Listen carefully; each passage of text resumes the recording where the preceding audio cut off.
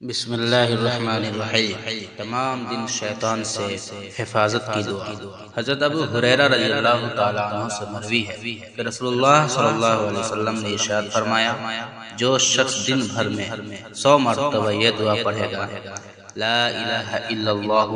وحدہ لا شریک لہ لہ الملک ولہ الحمد وہو علی کل شیء قدیر،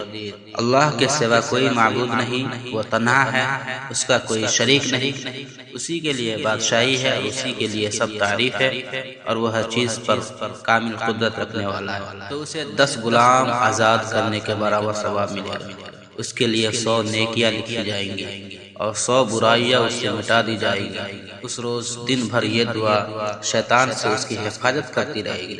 حتیٰ کہ شام ہو جائے اور کوئی شخص اس سے بہتر عمل لے کر نہ آئے گا مگر جو اس سے بھی زیادہ یہ کلمہ پڑھے۔